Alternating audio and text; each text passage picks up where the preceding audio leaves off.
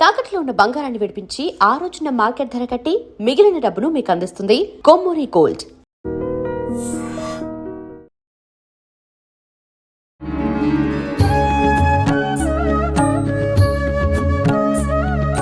నమస్కారం, welcome to I dream. ధర్మ మార్గం విత్ విజిత కార్యక్రమానికి స్వాగతం. ప్రస్తుతం మనతో పాటు ఉన్నారు శ్రీ విద్యా ఉపాసకురాలు, శ్రీ కామాఖ్య అమృత శోధన సంస్థ వ్యవస్థాపకురాలు వేణుశ్యామ అమ్మగారు. ఇప్పుడు అమ్మతో మాట్లాడి మరిన్ని విషయాలు తెలుసుకుందాం. నమస్కారం అమ్మ. అమ్మ, చాలా వరకు నిత్య దీపారాధన చేస్తూనే ఉంటాము, పూజలు, హోమాలు, వ్రతాలు ఎన్నెన్నో చేస్తాం. విశేషమైన పూజలప్పుడు మాత్రం ఖచ్చితంగా ఈ పూజకి ఈ పువ్వులు ఉండాలి, ఇలా ఉండాలి అని చెప్పి ఆ ప్లానింగ్ అంతా పక్కా చేసుకుంటాం. నిత్య దీపారాధన విషయానికి వచ్చేసరికి పువ్వులు లేకపోయినా పర్వాలేదులే, అందుబాటులో లేవు కదా, ఎంత హడావిడి అవసరం లేదు అన్నట్టుగా ఏదో అలా చేసేస్తూ ఉంటారు చాలామంది. నిజంగా పూలు లేకుండా చేసే ఆ పూజకి ఫలితం ఉండదంటారా? కృష్ణుడు భగవద్గీతలో చెప్పాడు, పత్రం పుష్పం ఫలం తోయం, ఏమీ లేకుండా కూడా పూజ చేయొచ్చు. అసలు అక్కడ పువ్వులు ఎందుకు పూజ చేస్తున్నాము అన్నది తెలుసుకుంటే మనం దేన్ని ఆవిడకి సమర్పించాలి అన్నది అర్థమవుతుంది. ఏమంటున్నారు? హం ఆకాశాత్మనే ఇంద్రియ నిగ్రహం పుష్పం సమర్పయామి అంటే మన ఇంద్రియాలను నిగ్రహంలో ఉంచుకోవడమే పుష్పం అంటే. ఆ ఇంద్రియ నిగ్రహం కోసం మనం సత్వగుణంలో అక్కడ పువ్వుల్ని అంటే ప్రదర్శిస్తున్నాం. ఎందుకంటే అవి సెన్స్. ఆ సెన్స్ ఏంటంటే చూడండి, ఆ స్మెల్స్ కానీ దాని నుంచి వచ్చే కలర్స్ కానీ మనం ఏం చేస్తూ ఉంటాయి, ఆకర్షిస్తూ ఉంటాయి. అలాగే ఇంద్రియాలు కూడా ప్రతిదానికి ఏమైపోతూ ఉంటాయి, ఆకర్షితం అవుతాయి. అలా అవ్వకుండా ఉండడానికి ఆకాశాత్మనే. ఎందుకంటే విశుద్ధి చక్రం ఎవరికైతే స్థిరంగా ఉంటుందో, అందుకే చాలా మందిని విశుద్ధి చక్రం సరిగ్గా లేకపోతేనే బలహీనతలు అన్న వలుస్తాయి. అంటే చూడండి, బ్యాడ్ హ్యాబిట్స్ అయినా లేకపోతే ఇష్టమైనట్టు మాట్లాడడం, అంటే అవతల వాళ్ళని కించపరిచేటట్టు కానీ ఇబ్బంది పడేటట్టు మాట్లాడుతూ ఉంటాం. ఇవి కూడా బలహీనతలే. అంటే ఓన్లీ తాగడం, సిగరెట్ కాల్చడం ఒక్కటే కాదు బలహీనత. మనకు తెలియకుండా మనం ఇంకోళ్ళు మాట అనడం కూడా మన బలహీనతే కదా. నిజమమ్మా, ఇదే పెద్ద బలహీనత అన్నిటికంటే. ఎందుకంటే మనకి ఇవి కనిపించవు. అలాంటివి ఏంటంటే వాళ్ళు తప్పు చేస్తున్నారు అనిపిస్తుంది, కానీ నిజమైన తప్పు ఏమిటి అంటే ఇంకోళ్ళని హర్ట్ చేయడమే, ఇంకోళ్ళని ఇబ్బంది పెట్టడమే. సో ఇవన్నీ పోవడానికి వాళ్ళు ఆకాశానికి బదులు, అంటే ఆకాశతత్వం ఎప్పుడైతే ఈ విశుద్ధి చక్రంలో చేరుతుందో అప్పుడే మనకి ఇంద్రియ నిగ్రహం అన్నది వస్తుంది. ఆకాశతత్వం అంటే ఏమిటి అంటే చాలా చాలా చాలా మనకు మెచ్యూరిటీ రావాలి, ఎత్తుగా. ఎందుకు మెచ్యూరిటీ రావాలంటే అది ఎంత చూడు, ఆకాశం అంత ఎత్తు అని అంటారంటే అంత ఎత్తుగా అంటే అంత గొప్పగా మారాలి. ఆ గొప్పగా మారాలి అంటే ఆకాశానికి అసలు ఏం క్వాలిటీ ఉందో ఒకసారి చూసుకున్నాం అనుకోండి, ఎక్కడ మొదలైందో ఎక్కడ ఎండ్ అయిందో తెలియదు. అదొకటే కదా పంచభూతాల్లో ఏది కూడా ఎక్కడుంది, ఎక్కడ ఎండ్ అయింది, ఎక్కడ మొదలు అంటే చెప్పాలి. అంటే అంత వ్యాపక చైతన్యం ఫస్ట్. అంటే మనం అంత గొప్పగా వ్యాపించాలి.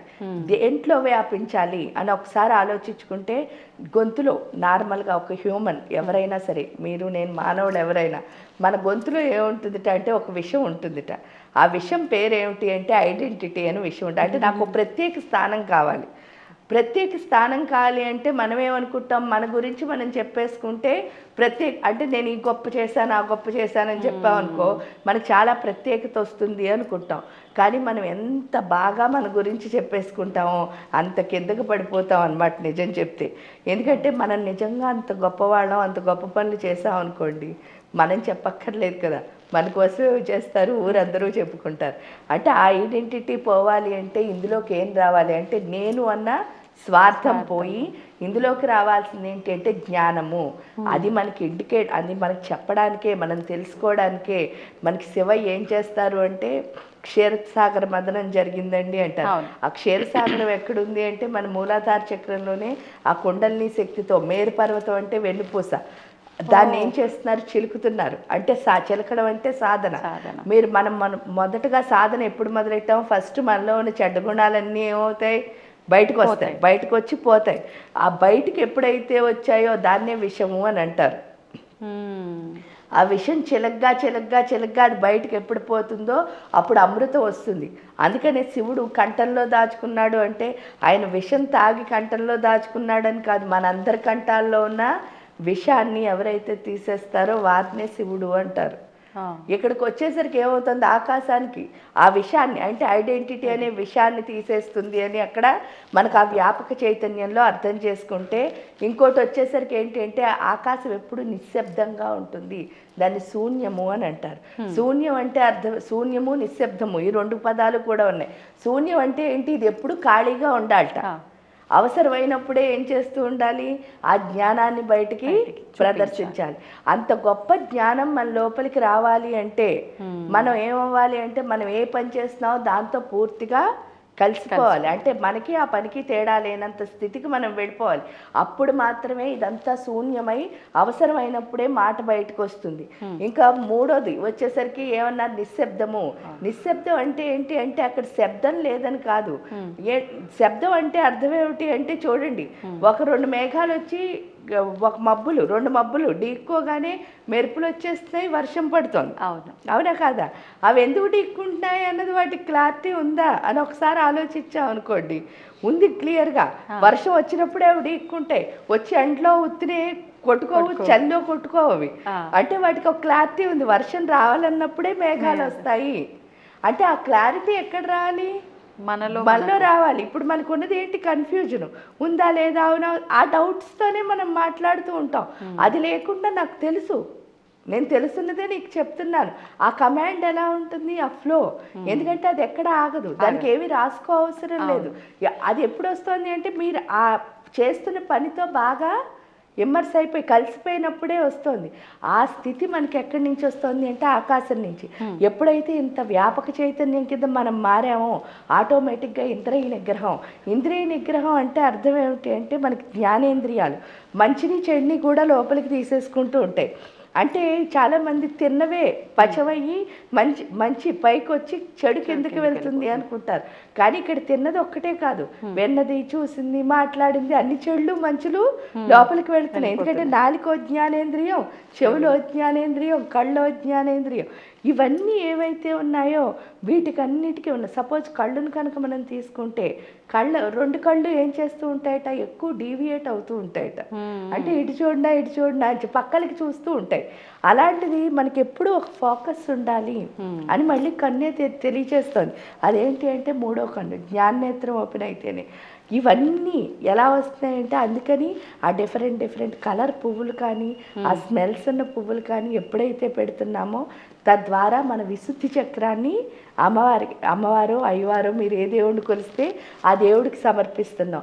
ఎప్పుడైతే సమర్పించామో మన ఇంద్రియాలపైన మనకి నిగ్రహం కలిగి ఆకాశం ఎంత వ్యాపకంగా ఉంటుందో అంత గొప్పగా మన గొంతులోంచి వచ్చి మాట అంటే అంత జ్ఞానవంతంగా మాట్లాడగలుగుతాం. ఎందుకంటే మీరు చూస్తే గంభీర గగనాంతస్థ అని చెప్పి లలిత అమ్మవారిని, అంటే గగనమే అంతస్తు, అంత గంభీరం అంటే అంత మూర్తిభవించిన రూపం. ఉత్తప్పుడు ఏం మాట్లాడదుట, కానీ మాట్లాడటం మొదలు పెడితే నోట్లోంచి ఏమొస్తుంది, అంత గొప్ప మాటలే వస్తాయి. ఆ గొప్ప మాటలు వచ్చే స్థితి అన్నది పుష్పంలో ఉన్నది. కాబట్టి ఇంద్రియాల నిగ్రహంలో ఉంచుకోవడానికి పుష్పాన్ని పెడుతున్నాము. ఎందుకంటే డిఫరెంట్ డీవియేషన్స్ కదా, అవన్నీ పోవాలని పుష్పాన్ని పెడుతున్నాము. అది ఎప్పుడైతే మనం పెట్టామో మన ఇంద్రియాలకి నిగ్రహం వస్తుంది. అది పెట్టకపోయినా పర్వాలేదు, మనస్సులో మానసిక పూజ అంటే ఏంటంటే నా విశుద్ధి చక్రాన్ని అక్కడ పెడుతున్నాను అంటే మనలో ఉన్న బలహీనతలన్నీ పోయి మనలో ఉన్న స్ట్రెంగ్త్లన్నీ బయటకు వచ్చి ఆ జ్ఞానం బయటికి రావడమే ఇక్కడ పుష్పం. ఎప్పుడైతే మన ఇంద్రియాల మీద మనకి నిగ్రహం వచ్చిందో ఇంకే డీవియేషన్స్ లేకుండా మనం సత్యాన్నే చాలా అందంగా జ్ఞానవంతంగా పలకగలుగుతాం. అది పుష్పం యొక్క అర్థం.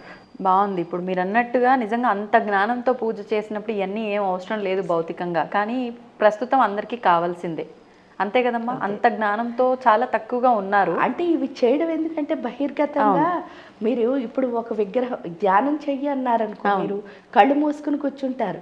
కళ్ళు మూసుకుని కూర్చోవడం వరకు జరుగుతుంది, కానీ మనం ఏమవుతున్నాం, ఆలోచనలు ఆపగలుగుతున్నావా, మన మనస్సుని ఆపగలుగుతున్నావా, లేదా ఇంకా ఏవైనా వచ్చి ఎమోషన్స్ని ఆపగలుగుతున్నావా? అవన్నీ ఆపాలంటే బాహ్యంగా మీరు ఎప్పుడైతే పూజ చేస్తారో అప్పుడు స్లోగా మనం ఏమవుతుంది అంటే అంతర్ముఖంగా కనెక్ట్ అవుతాం. అందుకని విగ్రహారాధనైనా ఈ పూజలైనా ఇవన్నీ పెట్టింది. కాబట్టి మీరు బాహ్యంగా ఎప్పుడైతే దేవతకి సమర్పించడం మొదలు పెడతారో స్లోగా కనెక్షన్ ఆ దేవుడితో మనకి బంధం ఏర్పడి చివరికి మనం అంతర్ముఖంగా మారడమే ఈ బాహ్య పూజ యొక్క ముఖ్య ఉద్దేశం. ఇప్పుడు ఈ పువ్వులు కూడా చాలా మంది ఎక్కడ చెట్టు కనిపిస్తే అక్కడ పువ్వులు కోసుకొని వచ్చి పూజ చేయటము, లేదు పొద్దున పూజకు అవసరము అని చెప్పి సాయంకాలం వాకింగ్కి వెళ్ళినప్పుడు, మార్నింగ్ ఉదయాన్నే అలా వాకింగ్కి వెళ్ళినప్పుడు కనిపించిన పువ్వులల్లా ఏ గోడ మించో ఎవరింట్లో కోసుకొని రావటము, ఈ విధానం చాలా ఎక్కువ మందిలో చూస్తామమ్మా. మరి మన కర్మ తొలగించుకోవడానికో మనని మనం శుద్ధి చేసుకోవడానికో చేస్తున్న ఈ పూజా ప్రాసెస్కి పక్కింటోళ్ళవి కోసుకొని వచ్చి చేస్తే ఆ ఫలితం మనకుంటుందా వాళ్ళకుంటుందా, ఇది ఏమన్నా దోషమా? దోషం ఏమీ కాదు, కానీ మనం ఏదైనా ఒక పని చేసినప్పుడు వేరే వాళ్ళవి చేసినప్పుడు మనం అడిగి చేయడం అన్నది మన సంస్కారం. అది చేస్తే ఎక్కడ పువ్వైనా కోయచ్చు, ఎందుకంటే చెట్టు పక్కింటి వాళ్ళది మంది ఏం లేదు, ప్రకృతి అంతా మనందరిది కాబట్టి ఎవరైనా తీసుకోవచ్చు. కానీ జనరల్గా ఏంటి అంటే పువ్వు అన్నది ఎప్పుడు కోసి పెడితే మంచిది అని అంటారు. దానికంటే నేల మీద ఏదైతే రాలుతుందో దాన్ని శుద్ధి చేసుకుని, ఎందుకంటే అక్కడ చెట్టు పువ్వు అన్నది తల్లి బిడ్డ కింద సమానం కాబట్టి ఆ తల్లి నుంచి బిడ్డను వేరు చేసి మనం పూజ చేయడం సమర్థించదు శాస్త్రం నిజం చెప్తే. ఆ కింద అందుకే మీరు పారిజాత పువ్వులు కూడా సత్యభామ తెచ్చి ఆవిడ యొక్క గార్డెన్లో వేసుకుంటారు. వేసుకున్నప్పుడు అక్కడ ఏమవుతుంది, ఆవిడ వనంలోంచి అది వంగొచ్చి రుక్మిణీదేవి ఇంట్లో పడుతుంది. రుక్మిణీదేవి ఇంట్లో ఆవిడ ఆ పువ్వులు ఏరుకుని కడుక్కొని చక్కగా పూజ చేసుకుంటుంది. అంటే కింద పడిన పువ్వులు చెయ్యాలి అని చెప్పడానికి కూడా రీజన్ అది. అంటే మన పూజలో అంత సెన్సిటివిటీ కూడా నేర్పించారు. ఎంత సున్నితత్వమో చూడండి. అంటే చెట్టు నుంచి పువ్వు కోయడం కంటే ఆ కింద రాలింది తీసుకో అలా అని చక్కగా దాన్ని కోసి పెట్టినా కూడా తల్లి బిడ్డ వేరు చేసినా కోసి పెట్టినా అది వెళుతున్నది ఎక్కడికి అంటే దేవుడి పాదాల చెంతకే. కాబట్టి ఫైనల్గా మనం వెళ్ళాల్సింది, ఎందుకంటే పువ్వుకి ఒకే ఒక రోజు గడువు. ఆ ఒక్క రోజులో అక్కడే నేను అంటే అక్కడక్కడే పాడైపోతానా, లేకపోతే దేవుడి చెంతకు వెళ్ళి ఆ పాదాల దగ్గర చేరుతానా? ఆ పాదాల దగ్గరికి చేరిన పుష్పం ఎంతో అదృష్టవంతురాలు కదా. అవును, అంటే జీవంతో వెళ్ళింది కాబట్టి ఆ జీవంతో వెళ్ళినప్పుడు జీవాత్మ పరమాత్మలో కలవడమే కదా అక్కడ. కాబట్టి దాన్ని చేస్తున్నందుకు మనకు కూడా పుణ్యమే వస్తుంది నిజం చెప్తే. కాకపోతే వేరే వాళ్ళకు కోసేటప్పుడు అంటే వాళ్ళ ఇంట్లో కనుక ఆ వనం ఉన్నప్పుడు ఆ వనంలోంచి మనం తీసుకోవాల్సి వస్తే అడిగి చేయడం మాత్రం సంస్కారం అంతే. ధన్యవాదాలమ్మా. And for more videos, Please subscribe to iDream. Please subscribe to iDream. Please subscribe iDream. And please subscribe to iDream. For more videos, subscribe to iDream. please like, share and subscribe to the channel. Congratulations, iDream. Subscribe to iDream. Subscribe to iDream. So subscribe to iDream Media. iDream team andarki huge congratulations. Please subscribe iDream Media. Please subscribe to iDream. Subscribe iDream. Please subscribe to iDream. iDream అంటే నా కళల ఛానల్ను subscribe చేసుకున్న నోరు తిరుగుతలేదు, మీరైతే గంట గుర్తు కొట్టండి. For more such videos, please subscribe to iDream. Subscribe to iDream. Please subscribe to iDream. Please subscribe iDream Media. Please do subscribe to iDream. Please subscribe to iDream Media. For best entertainment and information, please subscribe iDream. And don't forget to subscribe to iDream.